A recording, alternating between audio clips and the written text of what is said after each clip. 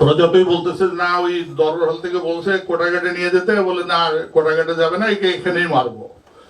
এর মধ্যে দেখলাম একজন সৈনিক আমার কাছে, মাথায় ও অবশ্য মোটরসাইকেলে হেলমেট পরা ছিল লাল রঙের, মুখে বুলেট প্রুফ জোর, আর একটা বড় হাতুড়ি নিয়ে আমার দিকে আগায় আসতেছে। তো ওর আগানো দেখে আমি যখন ভাবতেছিলাম এর মধ্যে তাহলে হাতুড়ি দিয়ে আমাকে মারবে মনে হয়। তো আমি আল্লাহ কাছে বলছে, আল্লাহ তুমি আমাকে গুলি করে মারো, ওই হাতুড়ি দিয়ে যেন আমাকে না পিটায়। ওই সৈনিকটা দেখলাম আমার সামনে এসে হঠাৎ করে সে বললো যে, স্যার আমি আপনাকে চিনি, কিন্তু আপনাকে এখান থেকে বাঁচাবো কেমন করে? তো আমি প্রথমে ওর কথা বিশ্বাস করতেছিলাম না। আমি তো ওকে চিনতে পারছিলাম, যেহেতু হেলমেটের মধ্যে আছে আমি চিনি না। পরবর্তীতে আমি জানছি ও হচ্ছে সিপাহী নজরুল, আমার সাথে কোনদিন চাকরিও করে নাই, বাট সে ছিল ওই আরপি ছিল, রেজিমেন্টাল পুলিশ। তো ওই গেট দিয়ে গেলে পরে মাঝে মাঝে হাই হ্যালো হয়েছে, এছাড়া তার সাথে আমার তেমন কোনো পরিচয় নাই। তো সে আমাকে, আমি তাকে বললাম তুমি আমাকে কোনো রকমে গেটের বাইরে পার করে দাও। ও বললো স্যার এটা সম্ভব না, এখানে গেলে আপনাকেও মেরে ফেলবে আমাকেও মেরে ফেলবে। পরে সে আমাকে ওই ধাক্কা মেরে নিচে ফেলাই দিয়ে ও ওদেরকে বলে যা তোরা যা, আমি একে ব্যবস্থা করতেছি বলে আমাকে টেনে ওই পাশে যে বিল্ডিং ছিল ওই বিল্ডিং এর মধ্যে ঢুকালো। ওইটাই ছিল রাইফেল ব্যাটালিয়নের হলো সিওর অফিস। ওর ভিতরে ঢুকায় বললো চলেন আপনাকে স্যার উপরে নিয়ে যায়। তো উপরে যখন ওখানে কিন্তু ডিএডি তৈরিদের অফিস ছিল নিচতলায়, ডান দিকে যখন যাই তখন দেখতেছিলাম যে তার আগেই বোধহয় ডেড বডি সবখান থেকে নামিয়েছে, সব ব্লাড গুলো তখন শুকায় নাই, কাঁচা ব্লাড। ওই যে লাশ টানলে আপনার ব্লাড গুলো সিঁড়িতে দাগ থাকে না, ওই ব্লাড গুলো তখনও কাঁচা আছে। তো আমি আর উপরে ওঠার সাহস করতেছি না, কারণ আমার কাছে তখন মনে হলো বোধহয় উপরে নিয়ে যেয়ে মারবে মনে হয়। এর আগে ডেড বডি গুলো বের করে ফেলছে, এখন বোধহয় আমাকে মারবে। তো আমি আর সিঁড়িতে পা দিচ্ছি না। তো ও আমাকে বললো যে স্যার উঠছেন না কেন, উঠে আসেন। তো বাধ্য হয়ে আবার ওর কথা শুনে উপরে উঠলাম। তো আমি উপরে উঠে তাকায় দেখলাম যে ওই রাইফেল ব্যাটালিয়ন সিওর অফিস থেকেই ডেড বডি গুলো বের হয়েছে, একদম ওই ব্লাডের দাগ গুলো সব আছে। তার মানে ওখানেই কোনো অফিসার ছিল, তাকে মারছে। মেরে আমাকে উপরে 4 তলায় নিয়ে গেল। ওইখানে কিন্তু আমি কোনোদিন যাই নাই। ওখানে পর যে দেখলাম অনেক স্টোর, ওইখানে নিয়ে যাওয়ার পর প্রথমে একবার বলতো আপনি ছাদে চলে যান। তো ছাদে কিন্তু অনেক সৈনিক ছিল বলে আমি ছাদে যাবো না। তখন ওখানে একটা টয়লেটে নিয়ে গেল। টয়লেটে প্রথমে ঢুকতে একটা বেসিন ছিল, বেসিনের পরেই টয়লেট। বললো ও কিন্তু ওই টয়লেটে ঢোকে নাই, তার আগেই বললো যে আপনি ভেতরে ঢোকেন। তারপরে চলো ও চলে গেল। তো যাওয়ার সময় বললো যে আপনার মোবাইল নাম্বার দেন। আমার কাছে তো মোবাইল নাই। তখন বললো যে তাহলে আমি যাই স্যার, বেঁচে থাকলে দেখা হবে। তখন ওকে আমি জিজ্ঞেস করলাম যে তোমার নাম কি? ও র্যাঙ্ক ট্যাঙ্ক কিছু বললো না, শুধু বললো যে নজরুল। বলে আমি আস্তে করে ওই টয়লেটটা খুললাম। টয়লেট খুলে ভেতরে ঢুকেই দেখি টয়লেটের মধ্যে ডিএডি তহিদ লুকায় আছে। আপনারা যে ডিএডি তহিদ আপনারা যার কথা শুনেছেন যে এটার সাথে জড়িত, ও কিন্তু ওই টয়লেটের মধ্যে লুকায় আছে। তো ওকে দেখে আমি বললাম তুমি এখানে কেন? বলে স্যার আমি এখানে আছি যদি আমাকে মেরে ফেলে। তো আমি বললাম তুমি কি দরবার হলে ছিল না? ও বললো না স্যার আমি দরবার হলে ছিলাম না। তো তুমি কই ছিলা? তো বললো স্যার ওই যে আপনারা দরবার থেকে টি ব্রেকে যাবেন, আমি স্কাই রুমে ওই টি ব্রেক ম্যানেজার, ও আমাদের আবার মেস সেক্রেটারি ছিল।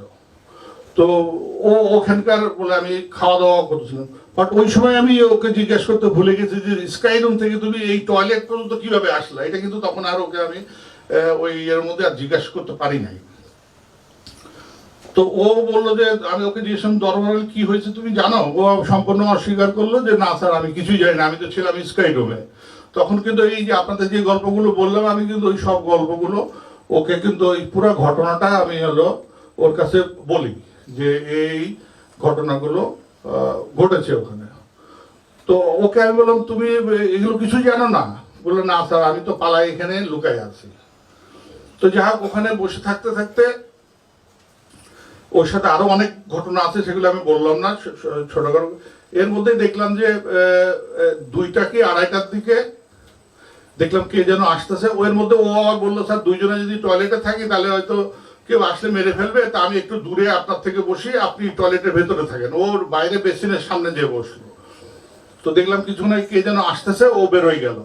দেখলাম ওদের দুইজনের মধ্যে খুব কথা কাটাকাটি হচ্ছে, বাট কি কথা কাটাকাটি হচ্ছে আমি এটা বুঝতে পারতেছি না। তো আমার ওই সময় ধারণা হয়েছে যে বোধহয় ও বলছে ভেতরে কর্নেল জামান আছে, আমাকে মারে নাই কেন, এই নিয়ে বোধহয় কিছু হচ্ছে, এটা আমি তখন বলছি আর কি।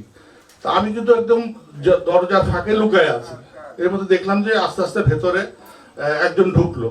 তো ওকে দেখে আমি দেখলাম ও যে ডিএডি রহিম, ও আমার কোয়ার্টার মাস্টার ছিল। আমি যখন সিগন্যাল সেক্টর কমান্ডার ছিলাম তখন হচ্ছে সে আমার কোয়ার্টার মাস্টার ছিল।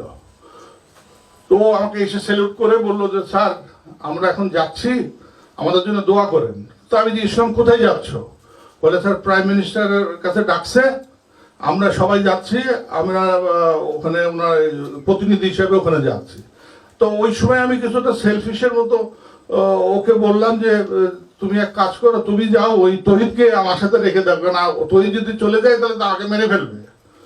বলে না স্যার থাকা যাবে না, আমি একবার যাব না বলছি, এই দেখেন স্যার আমার পায়ে এমন করে মারছে যে হলো আমি হাঁটতে পারছি না। আমি দেখলাম সে একটু খোড়ায় খোড়ায় হাঁটতেছে। এই যে ডিএডি তহিদি আর ওই ডিএডি রহিম চলে যাওয়ার সময় সে আমাকে বললো স্যার দোয়া পড়েন, ইন্নাল্লাহ মা সাবিরিন আর ইন্না লিল্লাহি ওয়া ইন্না ইলাইহি রাজিউন, এটা পড়তে থাকেন স্যার, বেঁচে থাকলে আবার দেখা হবে। এই বলে কিন্তু তহিদ আর হলো ডিএডি রহিম ওই ঘর থেকে চলে গেল। এই যে গেল, আমি ছাড় পাওয়া পর্যন্ত কিন্তু আর ওরা আমার এখানে আসে নাই, বা আমাকে বাঁচানোর জন্য ওরা কেউ আসে নাই, বা কাউকে আমাকে ধরে নেওয়ার জন্য এখানে কাউকে পাঠায় নাই। আমি কিন্তু পরবর্তীতে, আমি একটু শর্ট করতেছি, যে পরবর্তীতে আমি ওখানে ধরা পড়ি। পরের দিন আরেক গ্রুপ সৈনিকের কাছে আমি ধরা পড়ে যাই, ওখানে ওর ভেতরে আমি লুকিয়ে আছি। এর মধ্যে অনেক ঘটনা আছে, আমি ছোট করে শর্ট করে বলছি। এর মধ্যে তারা আমাকে প্রথমে মেরে ফেলবে বলে গুলি করা শুরু করলো, কিন্তু পিছন থেকে আরেকজন সৈনিক এসে বললো যে ডোন্ট শুট হিম, ইংলিশেই বলছে। ওই লোকটাকে আমি এখনো দেখি নাই, বাট দেখলে আমি এখনো চিনবো, কালো করে গোলাকার মুখ। বাট আমি অনেক খুঁজছি বিডিআরে, তাকে কিন্তু আমি পাই নাই। বাট ইংলিশে কথা বলতেছিল, ডোন্ট শুট হিম। দিয়ে আমাকে বললো যে স্যার ফলো মাই ইনস্ট্রাকশন। দিয়ে আমি কি করতে হবে বললো যে আপনি দৌড়ে দাঁড়ে দাঁড়ে করেন। তো আমি তো যতটুকু করার চেষ্টা করতেছি, সে বললো স্যার এইটা আপনার দৌড়ে দাঁড়ে আরো জোরে জোরে করেন। এ করে আমাকে সে উপর থেকে নিচে নামালো। নিচে নামানোর পরে আমি যখন রাস্তার কাছে আসছি তখন দেখি যে হলো সব সৈনিক ভরা, আর একটা পিক আপ দাঁড়ানো আছে। আর আমাকে দেখার পরে মনে হলো যে মৌমাছির মতো সব দৌড়ায় এসে যে এই শালা এখনো মরে নাই কেন। সবারই একই প্রশ্ন, এ এখনো মরে নাই কেন। তো যাক, এর মধ্যে আমি একদম নিথর হয়ে আছি, আমি আর কিছু বলছিও না, কথা কোনো কিছু বলছি না। সব বলার পরে আমি যখন হঠাৎ পিক আপের দিকে তাকাই দেখি আমার যে, আমি যখন সিগন্যাল সেক্টর কমান্ডার ছিল, আমার যে ড্রাইভার সিপাহী আজাদ ওই গাড়ির মধ্যে বসা। তো আমি ওর দিকে এমন ভাবে তাকাইছি যে যে ছেলেটাকে আমি এত উপকার করছি এই গাড়িতে, এবং কিচ্ছু বলছে না কিন্তু যে আমার স্যারকে মানিস না বা কিচ্ছু বলছে। যাক, এটা বোধ হয় আল্লাহরই রহমত। হঠাৎ দেখলাম যে ও ওখান থেকে বললো যে এই স্যার কেউ তোরা মারবি না।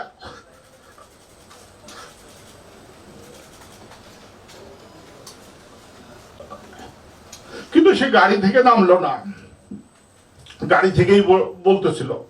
এর মধ্যে আমাকে বললো যে এই নিয়ে চল, কটা গাড়ি নিয়ে চল। কিছুদূর নিয়ে যাচ্ছে, ধাক্কা মেরে মেরে নিয়ে যাচ্ছে। আমি বলছি আমি তো যাচ্ছি, তোমাদের ধাক্কা মারতে হবে না, আমি যাচ্ছি। আবার কে যেন বললে গাড়িতে তোল, বলে আবার ঘোরালো, আবার গাড়ির কাছে বলে শালা অনেক পাদেরও চড়ছে, শালাকে লাত্তাই নিয়ে যায়। আবার আমাকে ঠেলে ওটার দিকে নিয়ে যাওয়া শুরু করলো। এই কিছু দূর যাওয়ার পরে 44 রাইফেল ব্যাটালিয়নের সৈনিক লাইনের সামনে কতগুলো কাঁঠাল গাছ আছে, কাঁঠাল গাছের সামনে একটা ঝুঁকার জায়গা আছে, ওই জায়গার পরে আরেকটা গ্রুপ ধরলো। আরেকটা গ্রুপ ধরে বললো যে একে নিয়ে যাওয়ার দরকার নেই, একে এখানেই মারবো। এখন যে যে কজন আমাকে নিয়ে যাচ্ছিল তারা বললো যে না, একে কোয়ার্টারে নিয়ে যেতে বলছে। কে বলছে? ওই সময় কিন্তু কোনো লিডারশিপ ছিল না, কে কি কারে কি অর্ডার দিচ্ছে কোনো খবর নাই। এর পরবর্তীতে আমি ওদেরকে বললাম যে তোমরা বললে কোয়ার্টারে নিয়ে যাবে, এখন তো এরা বলতেছে মেরে ফেলবে। বলে স্যার কি করবো, এটা তো কথা শুনছে না। দিয়ে স্যার ওরা এর মধ্যে দেখলাম ওই পিক আপটা যে ছিল দাঁড়ানো, ওই পিক আপটা এসে 44 রাইফেল ব্যাটালিয়নের সৈনিক সামনে নামলো। আমার ওই যে ড্রাইভারটা দৌড়াই এখন আসলো আমার সামনে এসে সে এরকম দাঁড়াই দিয়ে বললো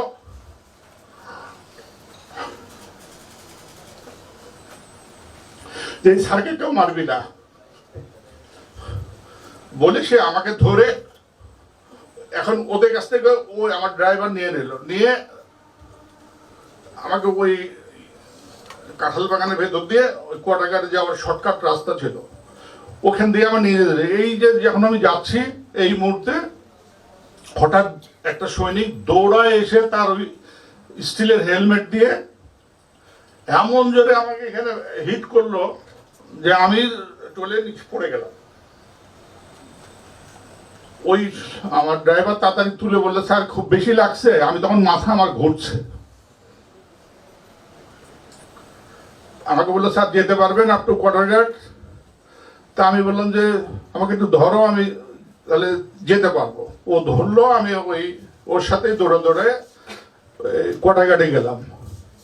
কোয়ার্টারে যাওয়ার পরে আমাকে আমার কাছে যা যা ছিল, ওই মোবাইল নেওয়ার পরে মানি ব্যাগ আর যা যা ছিল সব ওখানে নিয়ে আমাকে প্রথমে একদম কর্নারে কোয়ার্টারে ঢুকালো। ওই কোয়ার্টারে যে ঢুকে দেখলাম আমার অনেক পরিচিত ভাবি টাবি, ওই এলাই ভাবি ছিল, আরো অনেকেই ওই কোয়ার্টারের মধ্যে ভর্তি সবাই ছিল।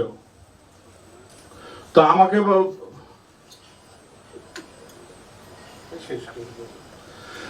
এটার পরে আমি ওই কোনায় ভাবিরা তাড়াতাড়ি আমাকে কোনায় বসায়, ভাবিরা কেউ কেউ আমাকে একটু বাতাস করার চেষ্টা করেন। আমি তখন খুব ঘামতেছিলাম।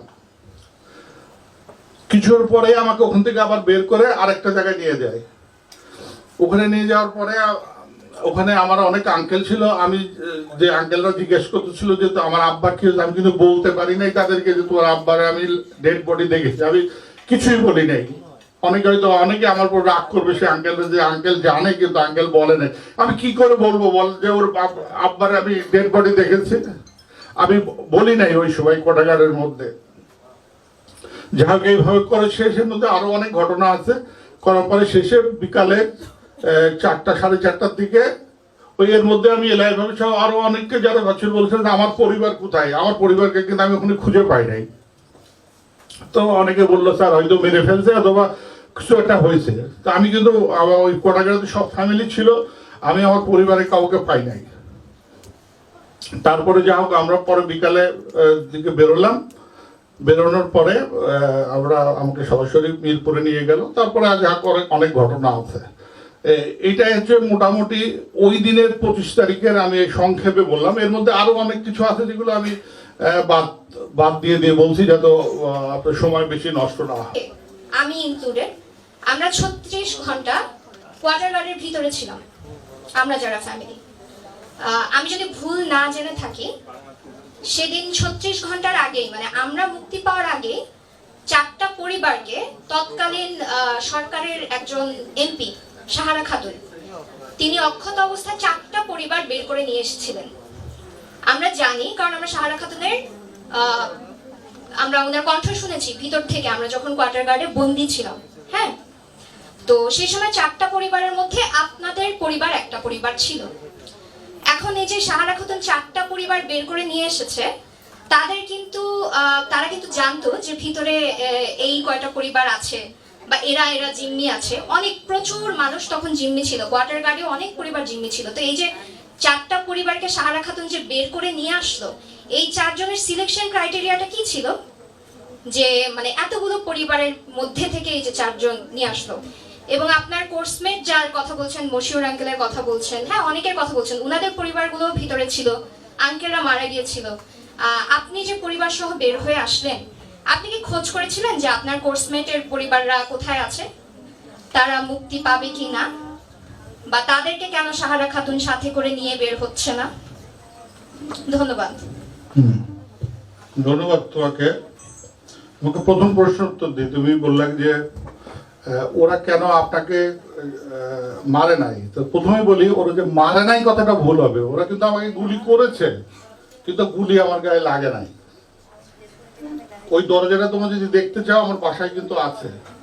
ওই দরজা 7 রাউন্ড গুলি করেছিল, ওটা আমার বাসায় আছে। আচ্ছা, যে দরজায় গুলি করেছিল আপনাকে? আচ্ছা, ওটা কিন্তু আমার বাসায় আছে।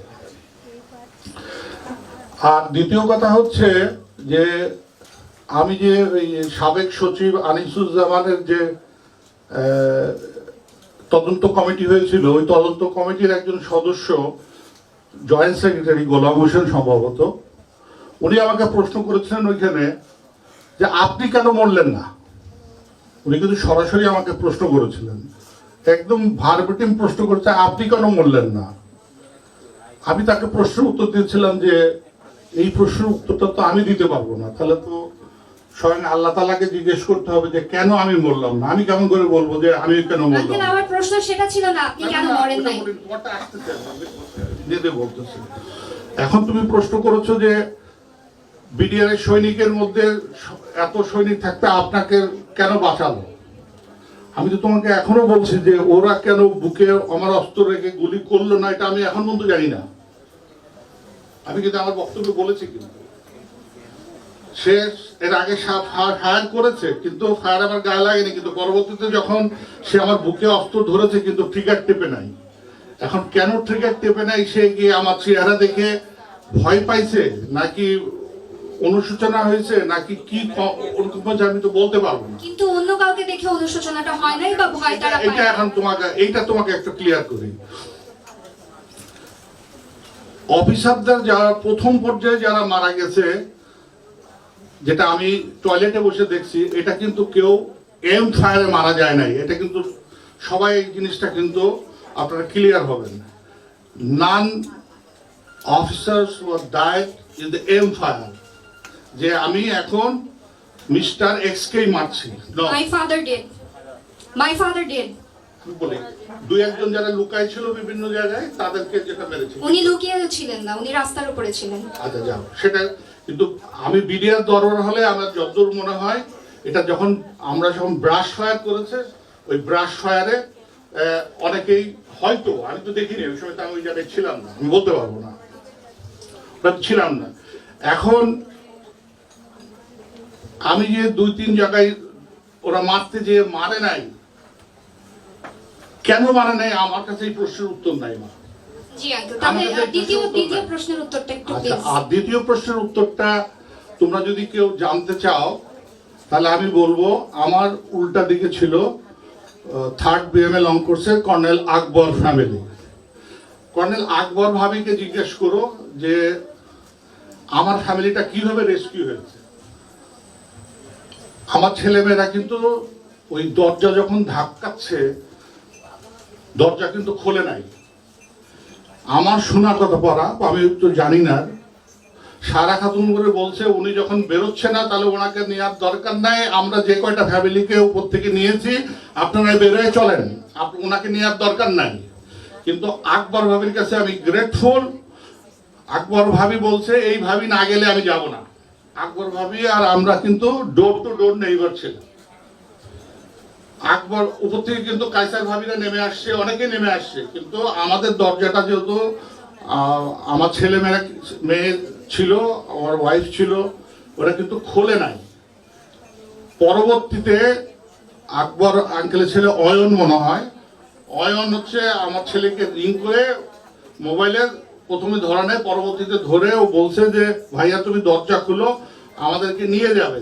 তারপরে কিন্তু দরজা খুলেছে, তোমাকে আমি বলতেছি যে দরজা খুলে আকবর ভাবি তখন ওনাদেরকে নিয়ে গেছে। কিন্তু সারা খাতুন কিন্তু আমাদের ফ্যামিলিকে ওনার গাড়িতে নিয়ে যায়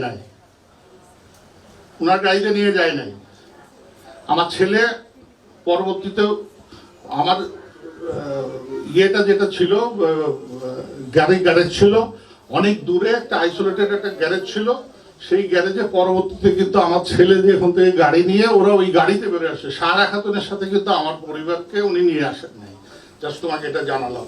এবং এর থেকে Thank you. ডিটেলস তুমি যদি জানতে চাও তাহলে আমি বলবো, যেহেতু আমি ওখানে ছিলাম না, মিসেস আকবরকে জিজ্ঞেস করলে তুমি ডিটেলসটা জানতে পারবে। ঠিক আছে uncle, thank you sir. Judicious করার জন্য বলা হচ্ছে, আমি আঙ্কেলরা যত দাবি দেওয়া করছে তার সাথে সব একমত।